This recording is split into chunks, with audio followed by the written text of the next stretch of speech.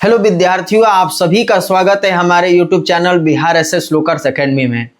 जैसा कि आप लोगों को थंबनेल से पता चल गया होगा कि इस वीडियो में मैं आप लोगों से क्या बात करने वाला हूं, तो आप सभी लोगों ने सही समझा है।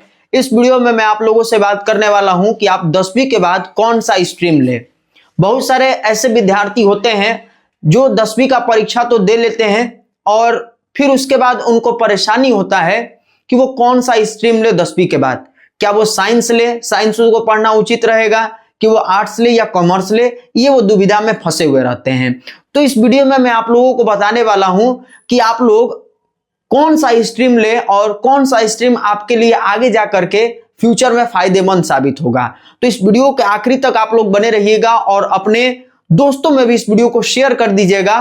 तो चलिए बिना देरी किए हुए इस वीडियो को शुरू करते हैं। और आज का हमारा जो टॉपिक, जैसा कि आप लोग समझ गए हैं कि 10वीं के बाद हम लोग कौन सा स्ट्रीम ले, साइंस ले कि आर्ट्स ले कि कॉमर्स ले। बहुत सारे विद्यार्थियों में परेशानी होता है। जब हम लोग भी 10th का एग्जाम दिए थे तो हमारे साथ भी ये समस्या आया था।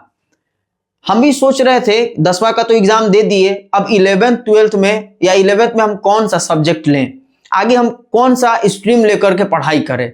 हमको दिक्कत हो रहा था, हम भी खूब परेशान थे। एग्जाम देने के बाद खूब सोच रहे थे, मन में ये भी मेरे साथ सवाल उठ रहा था कि जिस सब्जेक्ट में मेरा ज्यादा नंबर आएगा ना, मैं उसी सब्जेक्ट के अनुसार क्या करूंगा, स्ट्रीम चूज करूंगा। ये मेरे मन में ये भी मैं ठान लिया था। तो बहुत सारे बच्चों में ये भी होता है कि वो सोचते हैं कि मैट्रिक के जिस पेपर में उनका नंबर ज्यादा होगा, वो उसी पेपर के अनुसार क्या करेंगे, अपना स्ट्रीम चूज कर लेते हैं। तो इन सभी चीजों पर मैं चर्चा करने वाला हूं आप लोगों से। तो जैसा सबसे पहले मैं आप लोग को बता दूं कि 10th के बाद क्या करें। आप लोग के मन में ये सवाल होता है, तो 10th के बाद क्या करें, तो आप लोग के पास 3 ऑप्शन होते हैं। यानी 10th के बाद आप लोग के पास स्ट्रीम में जो ना 3 स्ट्रीम आप लोग के पास होते हैं। साइंस होता है आप लोग के पास, आर्ट्स होता है और कॉमर्स होता है।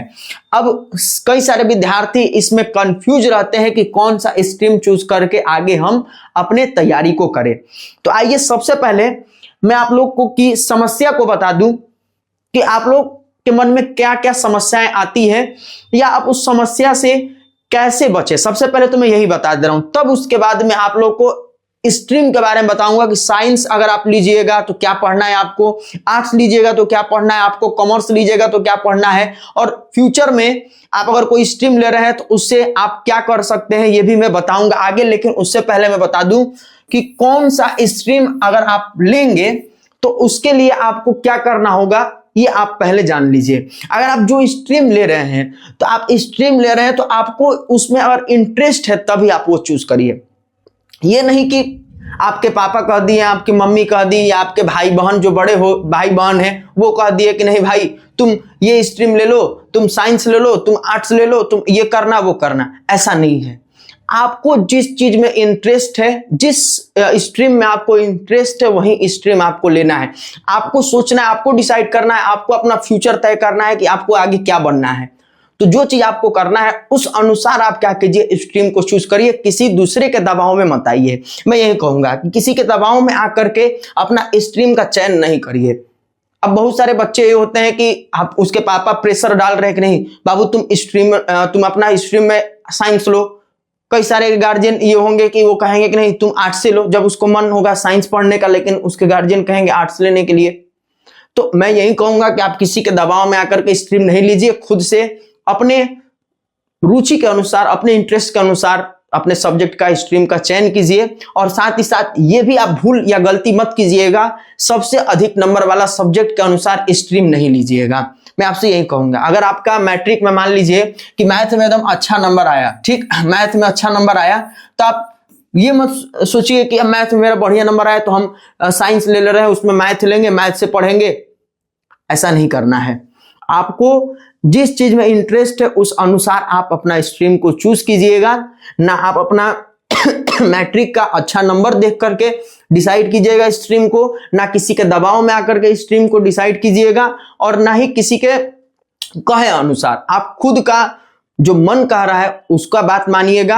आप अपने मन के अनुसार, जो आपका इंटरेस्ट है उसके अनुसार स्ट्रीम को लीजिएगा। तो आइए मैं बता दूं कि जो आपका जो 3 स्ट्रीम है, साइंस, आर्ट्स और कॉमर्स, जो 10th के बाद बच्चे लेकर के पढ़ते हैं, तैयारी करते हैं, तो साइंस में कौन कौन सा सब्जेक्ट उनको पढ़ना होता है, तो इस पे हम लोग सबसे पहले चर्चा कर लेते हैं। तो साइंस में आपको कौन कौन सा सब्जेक्ट पढ़ना होता है, तो आपको साइंस में मुख्य रूप से 4 सब्जेक्ट पढ़ना होता है, मैथ, फिजिक्स, केमिस्ट्री और बायोलॉजी। ठीक, जिसको बच्चे जो है क्या करते हैं कि पीसीएम के नाम से जानते हैं, यानी फिजिक्स, केमिस्ट्री, मैथ, और किसी बच्चे जो है पीसीबी के नाम से उसको जानते हैं, यानी फिजिक्स, केमिस्ट्री, बायोलॉजी। इन 2 नामों से संबोधित करते शॉर्टकट में। अगर कोई व्यक्ति या कोई बच्चा जो है अगर फिजिक्स, केमिस्ट्री, मैथ लिया तो पीसीएम कहेगा, मैं पीसीएम से जो है ना अपना इंटरमीडिएट कर रहा हूं, यानी फिजिक्स, केमिस्ट्री, मैथ से। कोई अगर मैथ नहीं लिया है, पीसीबी लिया यानी फिजिक्स, केमिस्ट्री, बायोलॉजी लिया, तो कहेगा मैं पीसीबी से अपना जो है इंटरमीडिएट कर रहा हूं। अब बहुत सारे बच्चे होते हैं कि एक्स्ट्रा में मैथ भी ले लेते हैं या एक्स्ट्रा में बायोलॉजी ले लेते हैं। तो यानी आपको साइंस में मुख्य रूप से 4 सब्जेक्ट पढ़ना है, मैथ, फिजिक्स, केमिस्ट्री और बायोलॉजी। अब इनमें से आपको जो मुख्य 3 आपके विषय होते हैं वो आपको लेना है। अगर एक्स्ट्रा में कोई मन है तो कोई एक सब्जेक्ट आप ले सकते हैं, लेकिन इसके साथ आपको हिंदी और इंग्लिश पढ़ना है। तो हिंदी इंग्लिश आपका जो लैंग्वेज पेपर ये नेसेसरी है, तो ये आपका लैंग्वेज पेपर हिंदी और इंग्लिश रहेगा ही 100 नंबर का। बाकी आपका 3 जो है साइंस का मुख्य विषय ये आपको लेना है। अब अगर आप मान लीजिए साइंस अगर आप ले रहे हैं, आपको इंटरेस्ट है साइंस पढ़ने में, तो साइंस जब आप ले रहे हैं तो साइंस पढ़ करके आप फ्यूचर में क्या बन सकते हैं, आगे आप क्या कर सकते हैं। तो साइंस पढ़ करके आगे आप इंटर के बाद अगर आप ग्रेजुएशन में भी साइंस कर रहे हैं, आगे तैयारी कर रहे हैं, तो आप डॉक्टर, इंजीनियर, नर्सिंग, फार्मेसी हो गया, आईटी, ठीक ना, आईआईटी जो है, नीट हो गया, इस सभी चीज को आप जो है क्वालिफाई कर सकते हैं। आगे आप तैयारी इन सभी चीजों का कर सकते हैं। साथ ही साथ आप एनडीए का भी, डिफेंस वाले जो मतलब कि जॉब हो गए, उसको आप तैयारी कर सकते हैं। साथ ही साथ अगर आप टीचर बनना चाहते हैं तो साइंस के भी टीचर बन सकते हैं, प्रोफेसर भी आप बन सकते हैं। और इसके अलावा अगर आपको मन है तो आप गवर्नमेंट एग्जाम, जैसे बहुत सारे बच्चे क्या होता है कि इंटर करते हैं, ग्रेजुएशन भी मान लीजिए आप इंटर साइंस से किए और ग्रेजुएशन में मान लीजिए कि आप फिर साइंस से कर रहे हैं और सोच रहे हैं कि नहीं हम ये सभी ना करके हम गवर्नमेंट एग्जाम का तैयारी करें, तो आप एसएससी का, बैंक का, रेलवे का आप आगे जो है तैयारी कर सकते हैं। तो ये आपका साइंस लेकर के फायदा होगा कि अगर आप साइंस ले रहे हैं इंटर में तो आप आगे जाकर के ये सभी जो है साइंस पढ़ने के बाद ये सभी काम को आप कर सकते हैं। मतलब आप डॉक्टर बन सकते हैं, इंजीनियर बन सकते हैं, नर्सिंग में जा सकते हैं, फार्मेसी में, ये सारे काम को आप कर सकते हैं। ये आपके लिए फ्यूचर हो सकता है, ये आपका जिसमें आपको इंटरेस्ट हो। ठीक, इसके बाद जब हम बात करेंगे आर्ट्स में, तो आर्ट्स में आपको कौन कौन सा सब्जेक्ट पढ़ना होगा, तो साइंस की अपेक्षा में आर्ट्स में आपको ज्यादा सब्जेक्ट पढ़ना होता है। कॉमर्स की भी अपेक्षा में आपको आर्ट्स में ज्यादा सब्जेक्ट पढ़ना होता है, जैसे इतिहास हो गया यानी हिस्ट्री, पॉलिटिकल साइंस यानी राजनीतिक शास्त्र आपको पढ़ना होता है आर्ट्स में। इसके बाद आपको ज्योग्राफी यानी भूगोल पढ़ना है, साइकोलॉजी मनोविज्ञान आपको पढ़ना है, इकोनॉमिक्स अर्थशास्त्र हो गया, होम साइंस गृह विज्ञान, सोशियोलॉजी समाजशास्त्र, फिलोसफी दर्शन शास्त्र, म्यूजिक संगीत के बारे में आपको आर्ट्स में पढ़ना है। तो ये आपके आर्ट्स के क्या है सब्जेक्ट है कि ये आप आर्ट्स में कोई मुख्य 3 विषय आप लीजिएगा और इसके साथ आपको लैंग्वेज पेपर हिंदी और क्या करना है इंग्लिश लेना है 100 नंबर का। तो 200 नंबर ये हो गया। और ये जो आर्ट्स का सब्जेक्ट है इनमें से कोई 3 सब्जेक्ट आपको लेना है। अगर एक्स्ट्रा में आपको मन है तो कोई आप एक्स्ट्रा में ले सकते हैं। तो ये आपका आर्ट्स का क्या होगा सब्जेक्ट हो गया। जब आर्ट्स का आप पढ़ाई करेंगे तो आगे आपका फ्यूचर में क्या मतलब आप बन सकते हैं इस पे चर्चा कर लेते हैं। तो जब आप आर्ट्स से तैयारी कीजिएगा, आर्ट्स से पढ़ाई कीजिएगा तो आप फ्यूचर में क्या बन सकते हैं। आर्ट्स से तो टीचर बन सकते हैं आप टीचर के साथ साथ आप प्रोफेसर भी बन सकते हैं।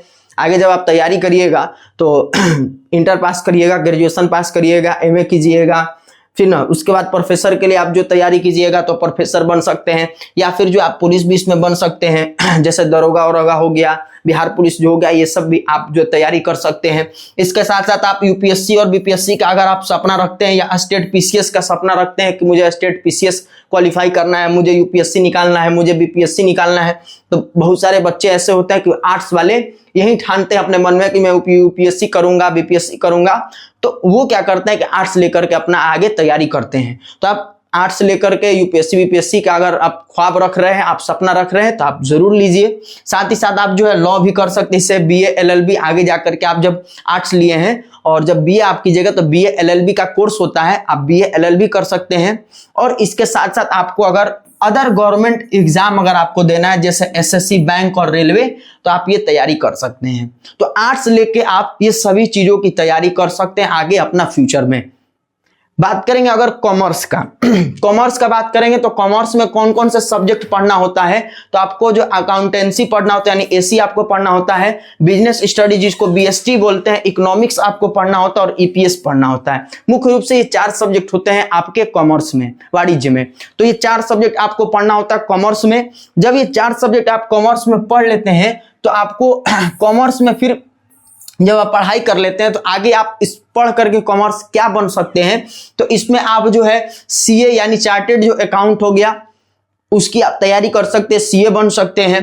कंपनी उसके बाद जो ना सीएस की भी आप जो है ना तैयारी कर सकते हैं, सीएस भी बन सकते हैं। मतलब कॉमर्स में आप जो है क्या करिएगा, कंपनी सिक्योरिटी हो गया, उसके बाद चार्टेड अकाउंट हो गया, बैंकिंग हो गया, बिजनेस हो गया, एमबीए हो गया, ये आगे जाके आप कर सकते हैं कॉमर्स से। तो अगर आप कॉमर्स ले रहे हैं तो ये सब जो है आपके लिए फ्यूचर के लिए क्या होगा, प्लान होगा आपका।